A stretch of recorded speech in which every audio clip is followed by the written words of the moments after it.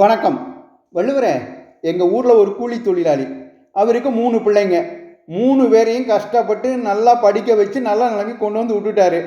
இன்னைக்கு பிள்ளைகள் எல்லாரும் சேர்ந்து வீடு, கார், தோட்டம்னு அவரை ஜாம் ஜாம்னு வச்சுருக்காங்க. இன்னைக்கு ஊர்லேயே பெரிய மனுஷன் அவர் தான். ரொம்ப சரியப்பனே. ஒருவன் தன்னுடைய பொருட்செல்வமாக பெற்ற குழந்தைகளைத்தான் கருதணும். அதுங்க வளர்ந்து பின்னாடி தங்கள் செயல்பாட்டால் ஏராளமான பொருளையும் புகழையும் ஏன் அடுத்த உலகுக்கு தேவைப்படும் புண்ணியத்தையும் கூட சம்பாதிச்சு கொடுப்பாங்க. அதைத்தான் தம் பொருள் என்பதம் மக்கள் அவர் பொருள் தம் தம் வினையான் வரும் என்று மக்கட்பேர் அதிகாரத்தில் 63வது குறளாக எழுதி வச்சேன். 2 வரிகளில் அருமையாக சொல்லிட்டீங்க வள்ளுவரே. தம் பொருள் என்பதம் மக்கள் அவர் பொருள் தம் தம் வினையான் வரும். அதனால் நம்முடைய குழந்தைகளை உயர்ந்த நிலைக்கு கொண்டு வர நம்மாலான எல்லாத்தையும் செய்யணும். நன்றி வள்ளுவரே. நன்றி, வணக்கம், ஜெய்ஹிந்த்.